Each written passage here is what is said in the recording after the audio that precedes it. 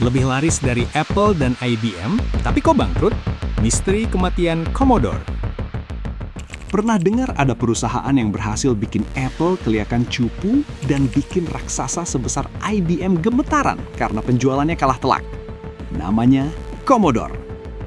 Di era 80-an, mereka adalah raja jalanan yang menguasai ruang tamu jutaan orang di seluruh dunia dengan komputer ikonik Commodore 64.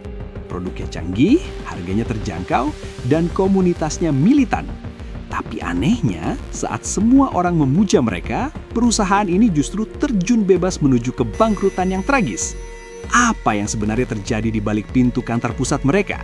Mari kita bongkar misteri kenapa sang juara dunia ini bisa mendadak hilang di telan bumi.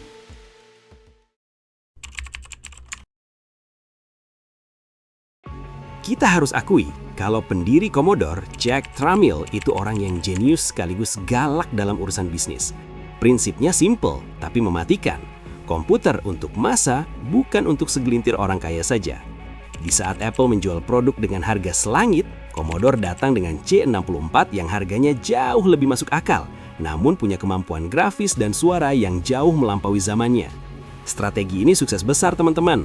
Mereka bukan cuma jualan alat hitung, tapi jualan impian digital ke anak muda dan keluarga menengah.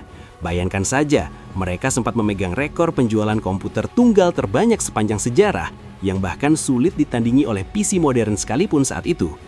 Keberhasilan ini sebenarnya didorong oleh kemampuan mereka memproduksi komponen sendiri, termasuk chip legendaris dari MOS Technology. Ini bikin Commodore punya kendali penuh atas harga dan inovasi, sesuatu yang bikin kompetitor mereka gigit jari karena sulit menyaingi efisiensi biayanya. Namun di balik angka penjualan yang meledak itu, ada budaya kerja yang sangat keras dan penuh tekanan di bawah kepemimpinan Jack. Ibarat mesin balap yang terus dipaksa lari di kecepatan maksimal tanpa ganti oli, perusahaan ini mulai menunjukkan tanda-tanda kelelahan internal.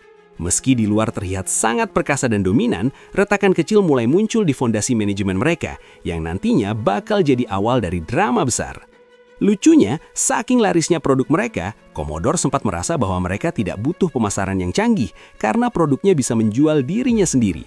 Sikap terlalu percaya diri atau mungkin sedikit sombong ini sebenarnya adalah jebakan Batman yang sangat berbahaya di dunia teknologi. Mereka lupa kalau teknologi itu bergerak secepat kilat, dan loyalitas konsumen bisa luntur kalau tidak dirawat dengan inovasi yang berkelanjutan. Padahal saat itu, Commodore punya segala modal untuk menguasai masa depan, mulai dari talenta engineer terbaik sampai modal kas yang melimpah ruah.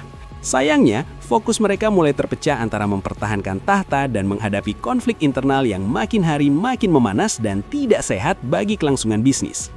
Di segmen ini, kita belajar kalau menjadi yang nomor satu itu berat, tapi yang lebih berat adalah mempertahankan mentalitas juara tanpa jadi jemawa.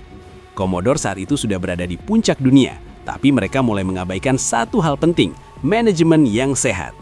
Jack Tramiel akhirnya keluar dari perusahaan setelah berselisih dengan pemegang saham utama, Irving Gould. Kepergian sang nahkoda ini jadi titik balik yang krusial, karena setelah itu arah perusahaan jadi makin gak jelas.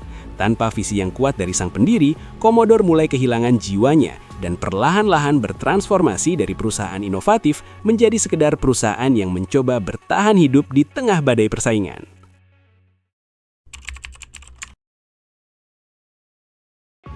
Setelah era C64, Commodore sebenarnya sempat punya senjata rahasia yang luar biasa canggih, yaitu Commodore Amiga. Hey, it's printing the club newsletter right now. So you have time to talk. The Amiga has multitasking, Jack. While it's printing, I'm working on my video. Only Amiga makes it possible. Kalau kalian tanya orang-orang tech jadul, Amiga itu ibarat keajaiban teknologi karena bisa melakukan multitasking saat komputer lain masih bingung cara menampilkan warna yang bagus. Ini adalah komputer multimedia pertama yang sesungguhnya di dunia, teman-teman. Namun, manajemen baru mereka seolah bingung bagaimana cara menjual barang sekeren ini ke publik. Mereka gagal menjelaskan kenapa orang harus punya Amiga, padahal secara teknis, komputer ini sanggup melibas PC IBM atau Mac manapun pada masanya dalam urusan kreativitas dan hiburan digital. Kebingungan ini berujung pada strategi pemasaran yang amburadul dan terkesan setengah hati, yang tentu saja sangat disayangkan. Alih-alih menguasai pasar profesional atau desain grafis yang sangat cocok dengan kemampuan Amiga, mereka malah membiarkan produk ini terjebak di segmen komputer gaming saja. Sementara itu, IBM dan Apple mulai memperbaiki diri. dan pelan-pelan mengejar ketertinggalan teknologi mereka dengan manajemen yang jauh lebih rapi. Commodore seolah asik sendiri dengan kejayaan masa lalu, tanpa sadar kalau para pesaingnya sudah mulai mencuri start dalam merebut hati pengguna kantoran dan profesional yang punya daya beli lebih tinggi. Analisisnya sederhana tapi menyakitkan. Commodore punya produk masa depan, tapi dikelola dengan cara masa lalu yang kolot. Biaya operasional yang membengkak akibat birokrasi yang gemuk dan keputusan investasi yang aneh-aneh mulai menggerogoti pundi-pundi uang mereka. Belum lagi konflik antara divisi teknik yang ingin terus berinovasi dengan divisi keuangan yang hanya peduli soal penghematan biaya secara ekstrim. Kondisi internal yang berantakan ini membuat banyak engineer jenius mereka merasa frustasi dan akhirnya memutuskan untuk angkat kaki mencari pelabuhan baru yang lebih menghargai kreativitas mereka dalam menciptakan teknologi mutakhir. Ibarat kita punya mobil Ferrari tapi supirnya nggak tahu cara ganti gigi. Itulah gambaran Amiga di tangan manajemen Commodore saat itu. Potensinya luar biasa besar, tapi eksekusinya benar-benar bikin geleng-geleng kepala. Kegagalan memahami arah pasar komputer yang mulai beralih ke standar PC yang lebih terbuka membuat Commodore makin terisolasi di sudut pasar yang makin menyempit. Mereka terlalu lama berpegang pada sistem tertutup milik mereka sendiri, tanpa menyadari bahwa dunia sedang bergerak menuju standarisasi yang memungkinkan semua perangkat saling terhubung dengan lebih mudah dan efisien bagi penggunanya.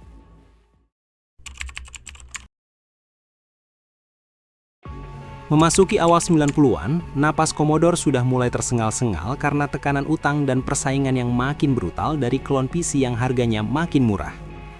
Mereka mencoba melakukan langkah nekat dengan merilis konsol game berbasis CD pertama, Amiga CD32. Tapi sayangnya produk ini justru jadi paku terakhir di peti mati mereka. Masalah distribusi yang kacau dan sengketa paten di Amerika membuat produk ini gagal total di pasaran, meninggalkan lubang keuangan yang sangat dalam bagi perusahaan. Rasanya seperti sudah jatuh, tertimpa tangga, ketiban genteng pula. Benar-benar situasi yang sangat menyedihkan bagi sang mantan penguasa pasar.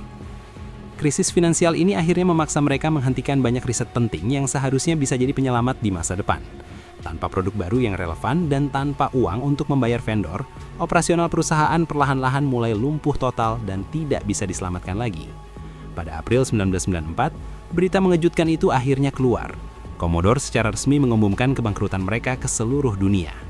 Komunitas pengguna yang sangat setia merasa terpukul, seolah-olah kehilangan anggota keluarga sendiri karena Commodore memang punya tempat spesial di hati para penggemarnya sejak dulu hingga saat ini.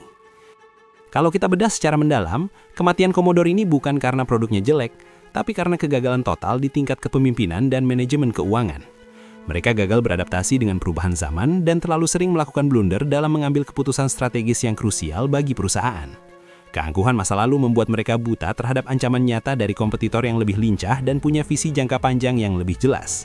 Sungguh tragis melihat sebuah ikon teknologi yang dulu begitu ditakuti harus berakhir dengan cara yang memilukan di tangan orang-orang yang kurang memahami nilai dari inovasi sejati.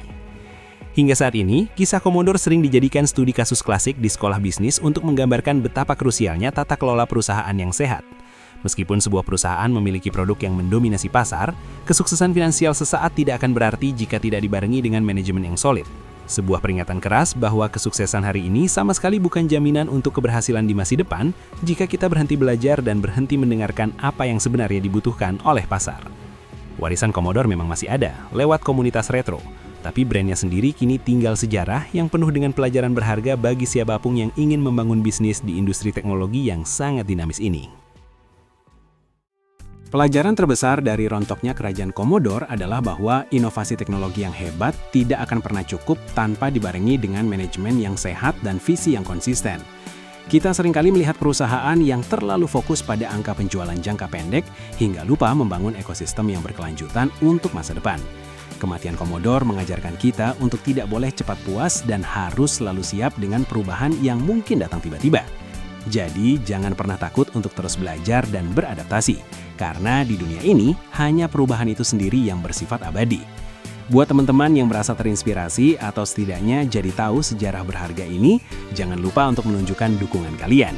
Tekan tombol like, share, dan subscribe kanal kita agar tidak ketinggalan cerita-cerita menarik lainnya seputar dunia teknologi. Dukungan kalian sangat berarti bagi saya untuk terus riset dan menyajikan konten berkualitas setiap minggunya. Terima kasih banyak sudah menonton dan menyimak analisis ini sampai selesai. Saya sangat menghargai waktu kalian untuk belajar bersama di sini. Sampai jumpa di video berikutnya, tetaplah penasaran dan teruslah menggali ilmu baru setiap hari. Mari kita jadikan kegagalan masa lalu sebagai kompas untuk meraih kesuksesan di masa depan yang lebih cerah. Salam sukses dan tetap semangat semuanya.